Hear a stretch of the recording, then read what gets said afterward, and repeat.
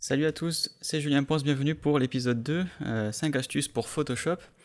On va essayer d'en faire aussi pour les autres logiciels.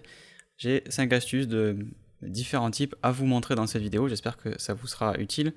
Je vous invite évidemment à consulter ma formation complète sur Photoshop CC, qui est en général sur la page d'accueil de tuto.com, formation complète populaire Photoshop CC 2017. J'ai mis évidemment l'URL directement dans la description en bas. C'est la formation la plus vendue de la plateforme sur Photoshop. Merci beaucoup pour votre fidélité.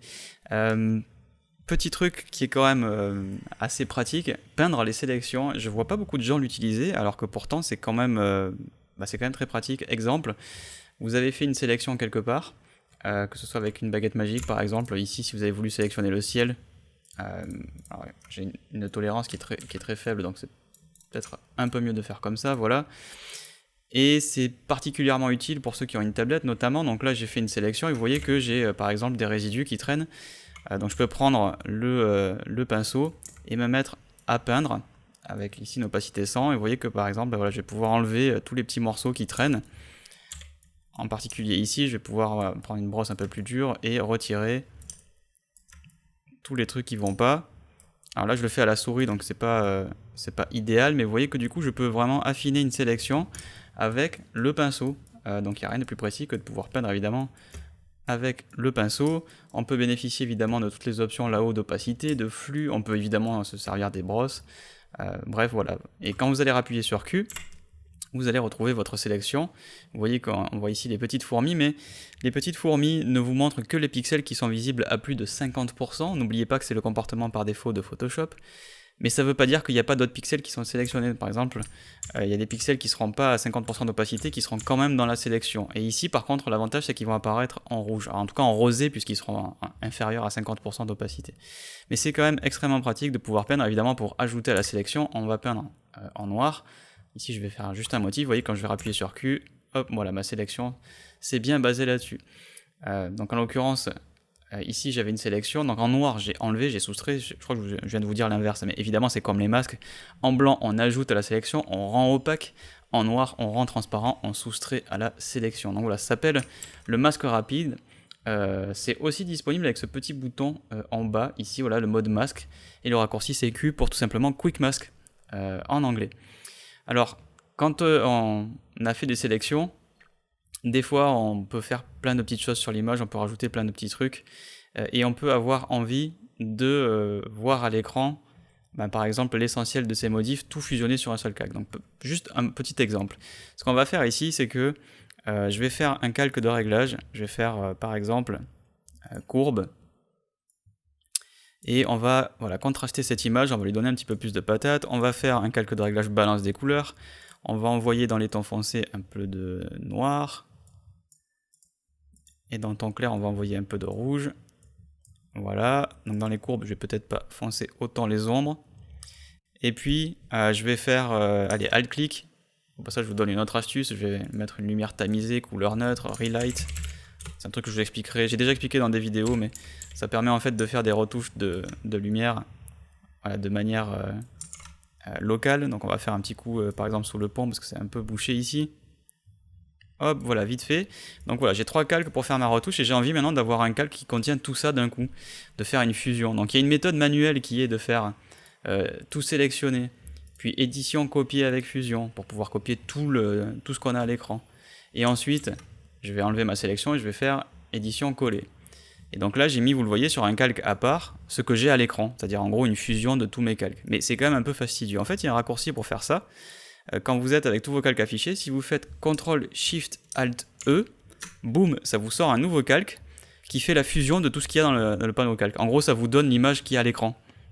Peu importe le nombre de calques qu'il a fallu pour la faire, ça prend tout ça et boum, ça le sandwich sur un seul calque. Et c'est quand même super pratique pour pouvoir avoir une version, par exemple, de son image qui prend en compte toutes les modifications. Donc par exemple, on pourrait avoir ici un groupe.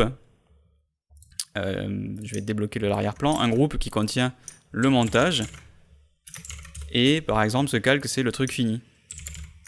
Et donc du coup maintenant vous voyez que je peux faire un avant-après avec par exemple l'image d'origine, un avant-après par rapport à la courbe, et ainsi de suite. Donc c'est cool parce que voilà, j'ai pu vraiment séparer le truc fini en un seul calque de le truc fini avec tous les calques, ou pas fini en l'occurrence si je veux comparer avec le début.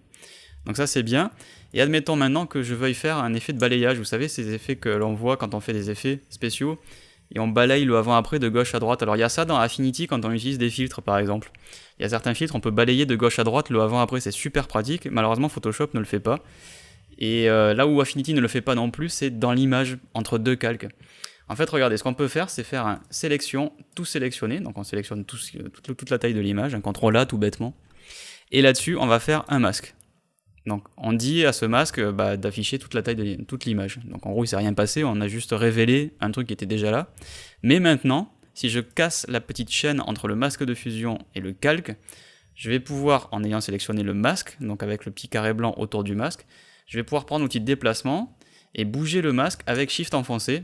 Et vous voyez que, comme le masque, il ne fait que la taille de l'image, quand il va sortir, il va révéler ce qu'il y a en dessous, à savoir mon calque d'origine. Donc du coup, je peux faire un avant-après. Donc là, je fais un avant-après entre le montage fini et l'image d'origine. Je peux faire, tac, ici, un avant-après entre le montage fini et juste la courbe, et ainsi de suite. Donc vous pouvez vraiment faire des effets de balayage pour montrer, par exemple, à votre client, voilà ce qu'était la photo avant, et on voit les détails se révéler quand on amène le masque vers la gauche et que donc on révèle l'image terminée. Donc il faut penser à maintenir Shift enfoncé parce que quand on maintient Shift enfoncé, ça permet de se déplacer que sur un axe, ici que de gauche à droite. Si je lâche Shift, vous voyez qu'on voit le masque se balader évidemment dans tous les sens.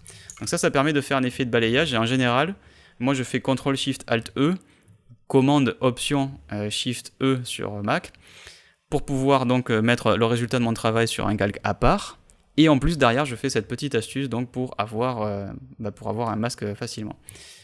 Donc ça c'est quand même assez pratique.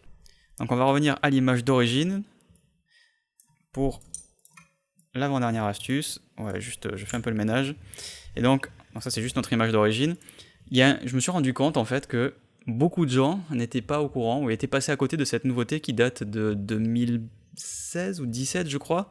C'est pas très récent, c'est pas très vieux non plus. En particulier tous ceux qui sont restés sur CS6 ne se sont pas rendus compte que en fait on pouvait depuis aller dans Filtre et appeler Camera Raw, c'est-à-dire en gros se servir de Camera Raw sur n'importe quel calque, ce qui est quand même plutôt cool.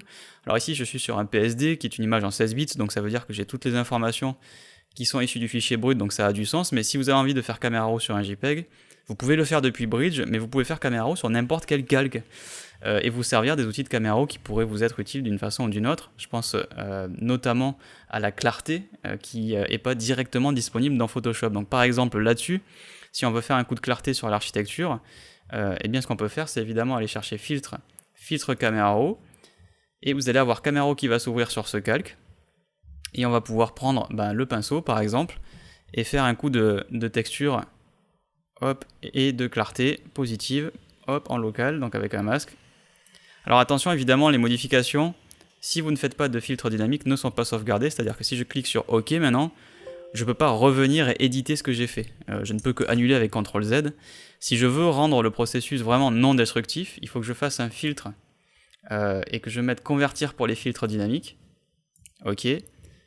Vous allez avoir un petit carré qui va apparaître en bas à droite de la vignette du calque. Hop, voilà, il y a un petit carré avec une feuille. Et maintenant, si je fais filtre Camera Raw, je vais pouvoir aller chercher mon Camera Raw, je vais pouvoir faire des trucs dessus. Donc on a dit un coup de pinceau avec un bon coup de vibrance, un bon coup de texture pardon, et de clarté. Tac. Hop, voilà, vous voyez le masque, j'ai peint sur le pont pour le faire ressortir, je clique sur OK. Et donc maintenant que je suis sur un filtre dynamique, alors d'une part j'ai un masque, alors on a déjà peint localement dans Camera Raw, mais on a en plus un masque dans Photoshop, on a en plus une glissière qui nous permet de choisir une opacité, avec un mode de fusion, donc c'est vraiment le luxe. Mais en plus, si on redouble-clique sur filtre Camera Raw se réouvre, et il va retrouver en fait les réglages qu'on a déjà fait. Vous voyez que la pastille elle est là, elle a gardé notre masque. Donc on a vraiment un Camera Raw qui tient compte de ces réglages et qui les sauvegarde pour qu'on puisse revenir dessus. Donc c'est vraiment purement non destructif, et vous avez donc toute la puissance de Camera Raw directement dans Photoshop. Il y a beaucoup de gens qui sont passés à côté de ce truc là, alors que pourtant c'est vraiment extrêmement pratique.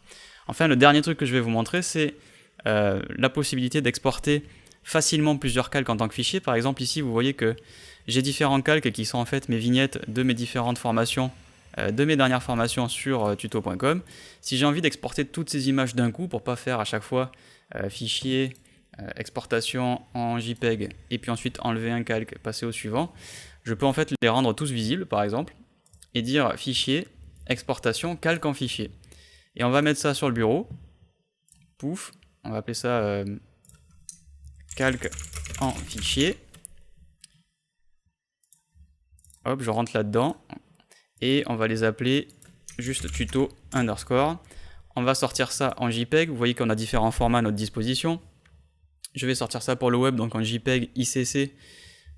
Ici, je suis avec un format, vous êtes obligé de me croire sur parole, mais le ICC qui est associé à cette image, c'est bien du sRGB, donc il n'y a pas de problème. Qualité 8, ce qui est suffisant. On clique sur exécuter, et il va prendre tous les calques. Regardez, il est en train de descendre, poum, poum, poum, poum, poum, et de me les exporter un par un. Et comme ça, j'ai pas à le faire à la main, évidemment.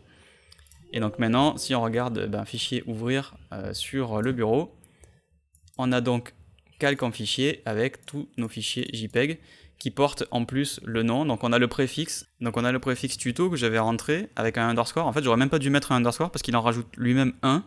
Ensuite, il fait une numérotation à 4 chiffres, vous voyez 00, 0001, 002, 003, ainsi de suite.